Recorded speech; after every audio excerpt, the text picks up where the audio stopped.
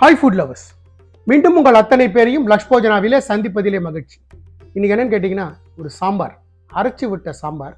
இந்த அரைச்சி விட்ட சாம்பார் கொஞ்சம் டிஃப்ரெண்ட்டான முறையில் செஞ்சு பார்க்கலாமா? வாங்க.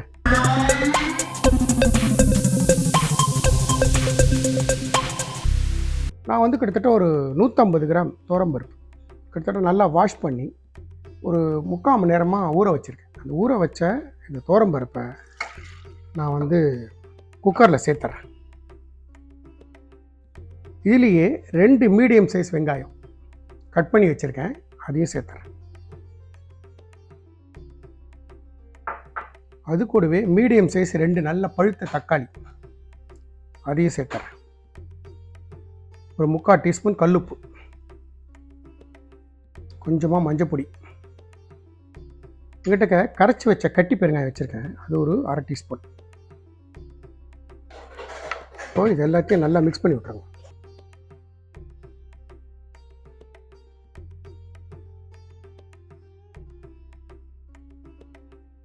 மிக்ஸ் பண்ணி விட்டுட்டு இந்த பருப்பு மூழ்கிற அளவுக்கும் தண்ணி,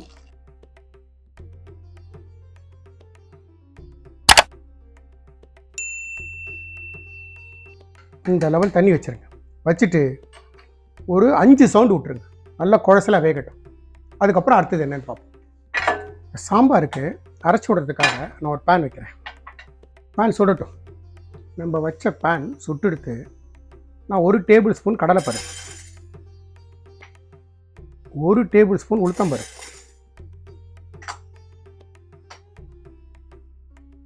2 டேபிள் ஸ்பூன் தனியா, இதை லோ ஃப்ளேமில் ஸ்லைட்டாக வருங்க.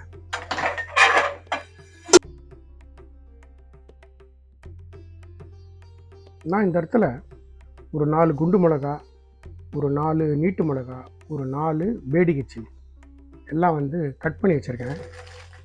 இது உங்கள் காரத்துக்கு ஏற்ற மாதிரி நீங்கள் சேர்த்துக்கலாம். அது கூடவே ஒரு பிஞ்ச் வெந்தயம், அது கூடவே ஒரு பிஞ்ச் ஜீரகம் போட்டுட்டு இது எல்லாத்தையும் மறுபடியும் இதோடு சேர்த்தே வருங்க.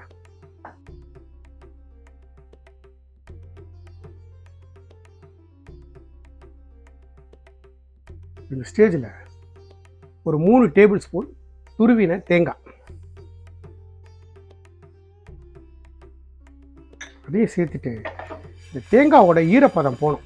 தேங்காய் ஸ்லைட்டாக ப்ரௌன் ஆகும், அந்த ஸ்டேஜ் வரைக்கும் இதை நல்லா வறுத்துருங்க.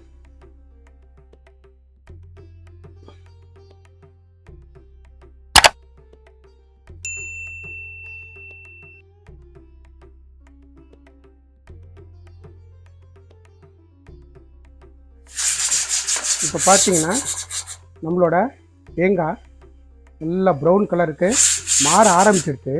இப்போ இந்த சூடே போகிறோம். இப்போ நம்ம இறக்கி வச்சோம்னா அந்த இருக்கிற பேலன்ஸ் சூட்லேயே அது ஃபுல்லாக ப்ரௌன் ஆகிடும். ஸோ நம்ம பொறுத்த மட்டும் ஈரப்பதத்தை நான் ஃபுல்லாக கம்ப்ளீட்டாக எடுத்துட்டேன். இப்போ என்ன பண்ணலாம், இது ரூம் டெம்பரேச்சர் வரட்டும். ரூம் டெம்பரேச்சர் வந்ததுக்கப்புறம் இது ஒரு ஃபைன் பேஸ்ட்டாக தண்ணி விட்டு வெழுமூணு அரைச்சிக்கும். நான் ஒரு பிளேட்டுக்கு மாற்றிக்கிறேன்.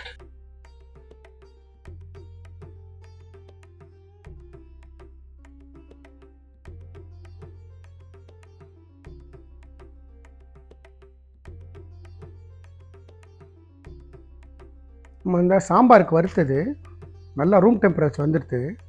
நான் மிளகாயெல்லாம் மிக்சியில் கீழே போட்டுருக்கேன். இந்த தனியா, உளுத்தம்பருப்பு, கடலைப்பருப்பு, ஜீரகம், தேங்காய் இதெல்லாம் மேலே சேர்த்துக்கிறேன். முதல்ல என்ன பண்ணுங்கள், இது ஒரு ஓட்டிடுங்க. ஃபஸ்ட்டு ஒரு பொடி ஆக்கிடுங்க. அதுக்கப்புறம் தண்ணி விட்டு அரைங்க, நல்லா வெழுமூணாக வரும். முதலே தண்ணி விட்டு அரைக்காமல் இது நல்லா ஒரு ஓட்டி பொடி மாதிரி ஆக்கிட்டு அதுக்கப்புறம் தண்ணி விட்டு அரைங்க. நான் அரைச்சதுக்கப்புறம் எப்படி இருக்கணும்னு நான் உங்களுக்கு காட்டுறேன். மிக்சியில் முதல்ல ஓட்டி இந்த மாதிரி ஒரு பொடி ஆக்கிடுங்க. இந்த ஸ்டேஜுக்கு அப்புறம் தண்ணி விட்டு அரைச்சிங்கன்னா நல்ல வெழுமூணாக வரும். இந்த மாதிரி வெண்ணெய் மாதிரி இதை அரைச்சி வச்சுட்டு இப்போ நம்ம குக்கரு நல்லா ஸ்டீம் அடங்கிடுத்து. நான் குக்கரை திறக்கிறேன்.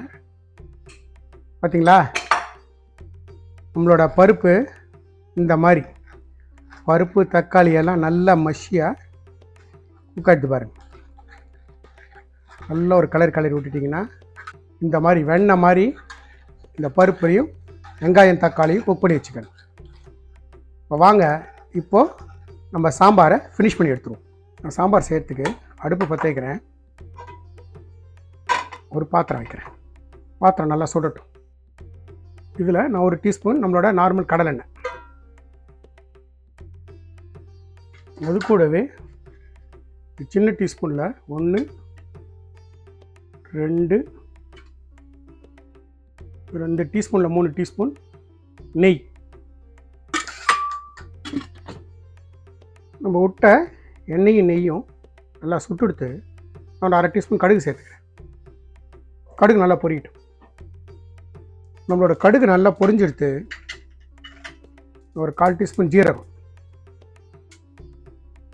நான் 2 பச்சை மிளகாய் நடுவில் கீறி வச்சுருக்கேன். 2 பச்சை மிளகாய், அதே மாதிரி 3 காஞ்ச மிளகாய்.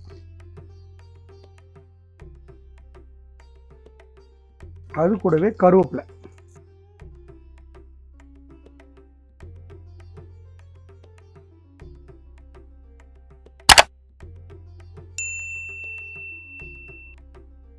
நான் வந்து ஒரு கைப்பிடி சின்ன வெங்காயம் கட் பண்ணி வச்சுருக்கேன். சரி, 2 கைப்பிடி. இந்த கைப்பிடியில் 2 கைப்பிடி சின்ன வெங்காயம்.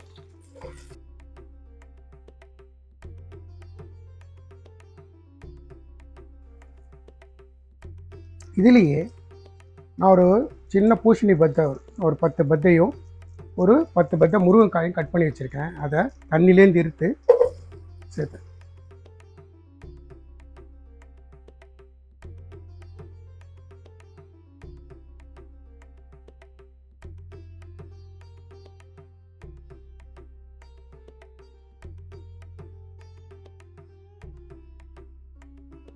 நான் இந்த ஸ்டேஜில் ஒரு 1/2 டம்ளர் சுடு தண்ணி விடுறேன். கொஞ்சமாக மஞ்சள்தூள், 1 டீஸ்பூன் கல்லுப்பு போட்டுட்டு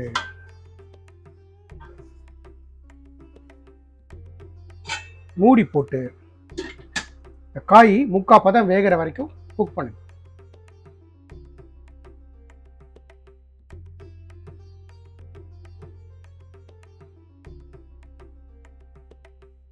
இந்த ஸ்டேஜில் நம்ம இந்த அரைச்சி வச்ச பேஸ்ட் இருக்குல்ல, அதை சேர்த்துருங்க.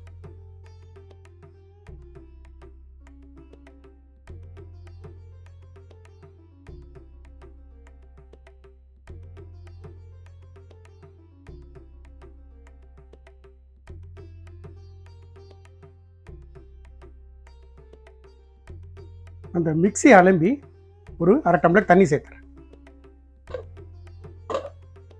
சேர்த்துட்டு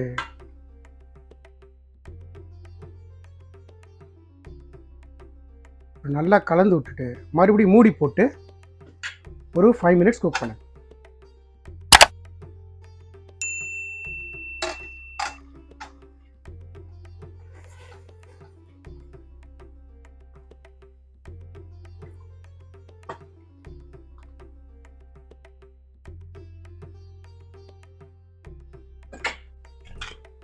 இந்த ஸ்டேஜில் நான் திக்காக கரைச்ச புளி, இது ஒரு 15 கிராம் இருக்கும்.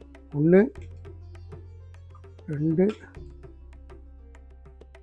ஒரு 50 கிராம் புளித்தண்ணி சேர்த்துருங்க.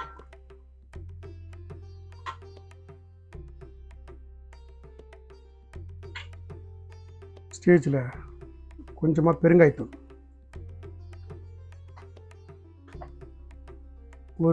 ஒரு டம்ளர் ஹாட் வாட்டர் சேர்த்துட்டு நல்லா கலந்து விட்டுருங்க.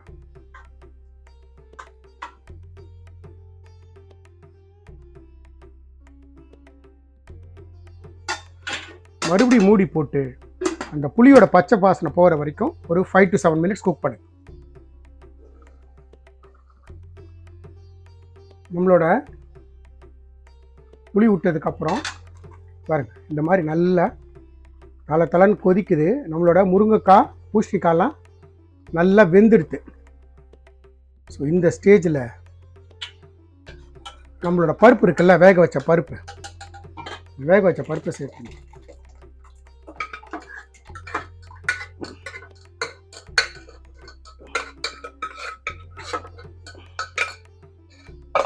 வேக வச்ச பருப்பையும் சேர்த்துட்டு நல்லா ஒரு கலந்து விட்டுருங்க.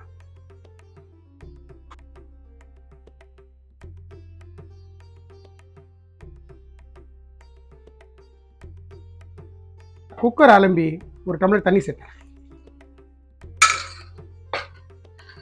சேர்த்துட்டு இதை நல்லா கலந்து விட்டுருங்க.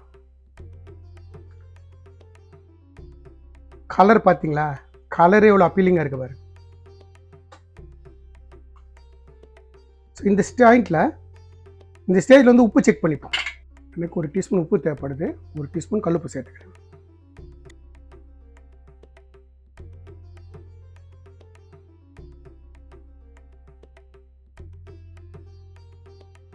ஃப்ரெஷ் கருவேப்பிலை வச்சுருக்கேன். அது கூடவே கொஞ்சமாக கொத்தமல்லி ரெண்டையும் தூவிட்டு மூடி போட்டு இந்த ஸ்டேஜ்லேருந்து ஒரு 10 நிமிஷம் குக் பண்ணு. பார்த்தீங்களா, நம்மளோட சாம்பார் ஃபஸ்ட் கிளாஸாக குறிச்சுருக்கு. இந்த ஸ்டேஜில் நான் கொஞ்சமாக வெல்லம் எல்லாத்தையும் பேலன்ஸ் பண்ணுறதுக்காக, அது கூடவே ஃபினிஷ் பண்ணுறதுக்கு முன்னாடி கொஞ்சமாக கொத்தமல்லி தூவி நம்மளோட சாம்பாரை ஆஃப் பண்ணுங்க. இறக்கிறதுக்கு முன்னாடி 1 டீஸ்பூன் சின்னதாக நெய்,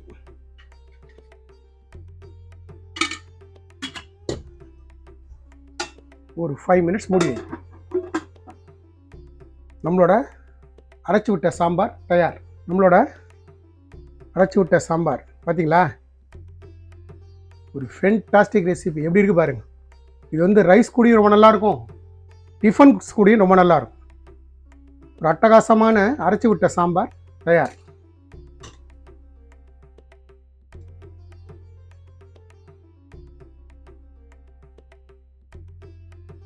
நம்மளோட அரைச்சி விட்ட சாம்பார் ஒரு ஃபென்டாஸ்டிக் ரெசிபி.